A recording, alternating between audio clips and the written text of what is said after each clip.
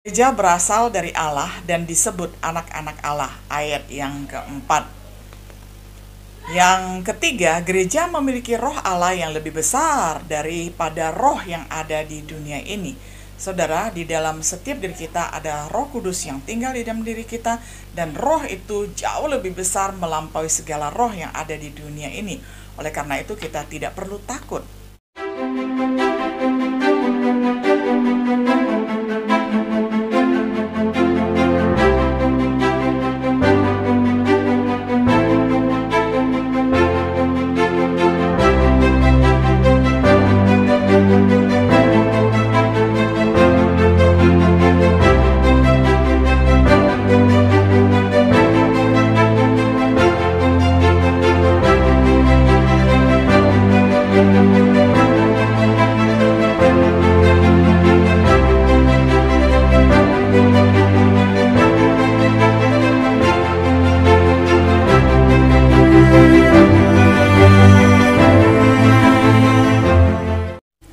Shalom sahabat setia yang dikasih oleh Tuhan. Jumpa lagi di dalam acara Renungan Sahabat Setia. Pada hari ini kita akan membahas satu tema, lepas dari roh antikristus. Kita akan membaca firman Tuhan bersama dari 1 Yohanes 4 ayat 1 hingga ayat yang ke-6. Saudara-saudaraku yang kekasih, janganlah percaya akan setiap roh, tetapi ujilah roh-roh itu, apakah mereka berasal dari Allah. Sebab banyak nabi-nabi palsu yang telah muncul dan pergi ke seluruh dunia. Demikianlah kita mengenal roh Allah. Setiap orang yang mengaku bahwa Yesus Kristus telah datang sebagai manusia berasal dari Allah. Dan setiap roh yang tidak mengaku Yesus tidak berasal dari Allah. Roh itu adalah roh antikristus. Dan tentang dia telah kamu dengar bahwa ia akan datang, dan sekarang ini ia sudah ada di dalam dunia. Kamu berasal dari Allah, anak-anakku, dan kamu telah mengalahkan nabi-nabi palsu itu. Sebab roh yang ada di dalam kamu lebih besar daripada roh yang ada di dalam dunia. Mereka berasal dari dunia, sebab itu mereka berbicara tentang hal-hal duniawi, dan dunia mendengarkan mereka. Kami berasal dari Allah. Barang siapa mengenal Allah, ia mendengarkan kami. Barang siapa tidak berasal dari Allah, ia tidak mendengarkan kami. Itulah tandanya roh kebenaran dan roh yang menyesatkan. Sampai sedemikian jauh pembacaan firman Tuhan dari 1 Yohanes 4 ayat 1 hingga ayatnya yang ke-6. Sahabat setia yang dikasihi oleh Tuhan, salah satu tanda kedatangan Tuhan Yesus yang kedua kali adalah munculnya antikristus. Rasul Yohanes memperingatkan bahwa waktu ini adalah waktu terakhir. Maksudnya ialah satu waktu terakhir dari beberapa waktu terakhir, atau disebut hari-hari terakhir. Hal ini harus dimengerti melalui kehadiran banyak antikristus sebagai tanda waktu yang terakhir, yakni dari 1 Yohanes 2 ayat yang ke-18.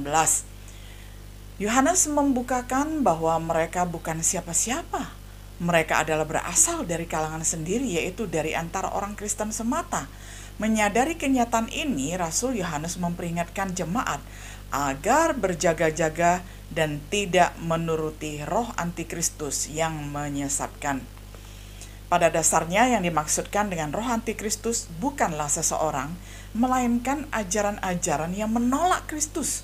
Karena itu sangatlah tepat bagi gereja mengenal kebenaran dan pekerjaan antikristus untuk mengantisipasinya, karena gereja diberikan kekuatan khusus dari Allah untuk menghadapi roh antikristus.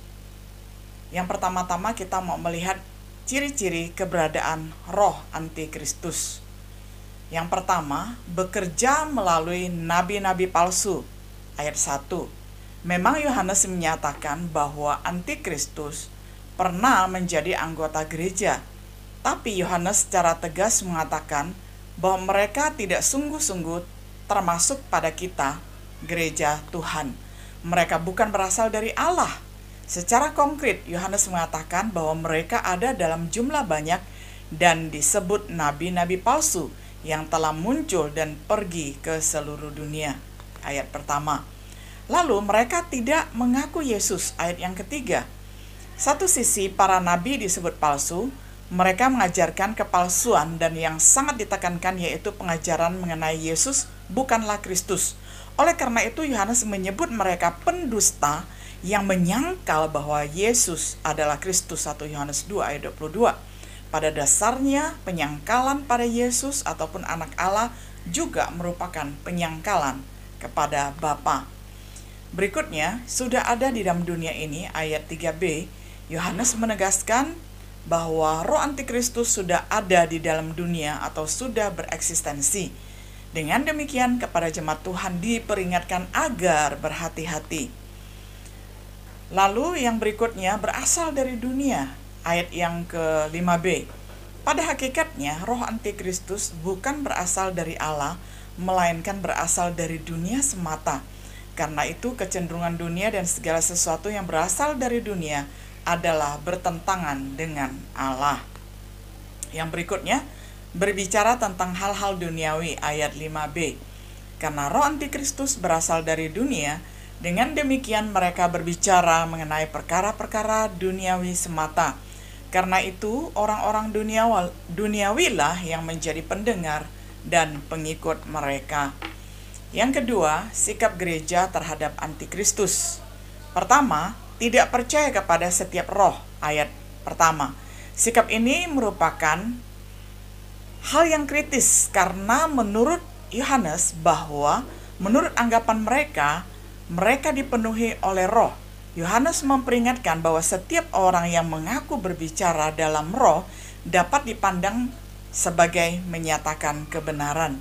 Karena itu janganlah langsung mempercayai setiap orang dan janganlah langsung mempercayai semua ajaran yang didengar, melainkan harus menguji roh-roh tersebut. Berikutnya, mengenai roh-roh itu, ayat yang kedua, Tuhan memberikan karunia kepada gerejanya. Di antaranya yaitu karunia membedakan segala roh, 1 Korintus 12 ayat 10. Memang tidak semua orang percaya diberikan karunia ini. Karena itu Alkitab membukakan satu rahasia untuk menguji roh, yaitu dengan cara meneliti yang pertama, apakah mereka berasal dari Allah di ayat yang pertama. Karena sesuatu yang berasal dari Allah pasti tidak bertolak belakang dengan maksud-maksud Allah secara konkret, yaitu apakah sesuai dengan Alkitab. Yang kedua, apakah mereka mengaku bahwa Yesus adalah Kristus, ayat yang ketiga. Karena pada dasarnya pengajaran yang mengatakan bahwa Yesus bukanlah Kristus adalah roh antikristus. Yang ketiga, potensi gereja menghadapi antikristus. Yang pertama-tama, gereja dapat menghadapi antikristus adalah karena setiap diri kita, jemaat Tuhan, mengenal roh Allah. Kita mengenal Allah, mengenal roh Allah karena kita berasal dari Allah, ayat yang kedua. Karena itu memahami atau belajar mengenai Allah dan kehendak-Nya dalam Alkitab merupakan hal yang mutlak. Mengenal yang benar akan Allah merupakan kunci untuk mengenal segala sesuatu yang tidak berasal dari Allah. Ilustrasi yang sangat baik itu adalah seperti kalau kita hendak mengetahui mana uang asli dan mana uang palsu, adalah pertama-tama kita mengenal uang asli. Uang asli ciri-cirinya semuanya kita pelajari, dan kemudian ketika disodorkan uang palsu, kita dapat mengenal, oh yang palsu karakteristiknya seperti ini, dan kita menolak yang palsu. Yang kedua, gereja berasal dari Allah dan disebut anak-anak Allah, ayat yang keempat. Yang ketiga, gereja memiliki roh Allah yang lebih besar daripada roh yang ada di dunia ini. Saudara, di dalam setiap diri kita ada Roh Kudus yang tinggal di dalam diri kita, dan roh itu jauh lebih besar melampaui segala roh yang ada di dunia ini. Oleh karena itu kita tidak perlu takut. Aplikatif reflektifnya bagi kita semua sebagai gereja Tuhan pada saat ini yang sedang dikelilingi dan dihantam oleh arus antikris adalah pertama-tama kita mesti selidikilah secara seksama lingkungan saudara, lingkungan kita semua. Apakah ada tanda-tanda pekerjaan roh antikristus? Pakailah cara yang diberikan oleh Alkitab mengenai cara menguji roh. Lalu yang kedua, apakah gereja Tuhan dapat menghadapi pekerjaan roh antikristus? Apakah kemampuan yang dimiliki oleh gereja Sahabat setia yang dikasihi oleh Tuhan, kita melihat bahwa gereja mempunyai panggilan yang mulia, yakni mendalami kebenaran dan memberitakan kebenaran. Namun gereja Tuhan juga diperhadapkan dengan roh antikristus yang menuntun banyak orang menuju kesesatan. Dan sebagai gereja Tuhan kita dapat melepaskan diri dari roh antikris, dan kita juga dapat menguji apakah setiap yang datang kepada kita itu adalah roh berasal dari Tuhan atau itu adalah roh antikristus. Nah, kiranya setiap diri kita dengan memahami firman Tuhan yang lengkap dan baik, kita akan cepat mengenali tanda-tanda kepalsuan. Kita akan cepat mengenali yang tidak berasal dari Allah. Sehingga dengan demikian, kita membawa diri kita sendiri dipimpin oleh kebenaran, dan kita juga menuntun orang di dalam kebenaran. Kiranya roh hikmat, roh bijaksana menuntun kita semuanya untuk berjalan di dalam terangnya. Shalom.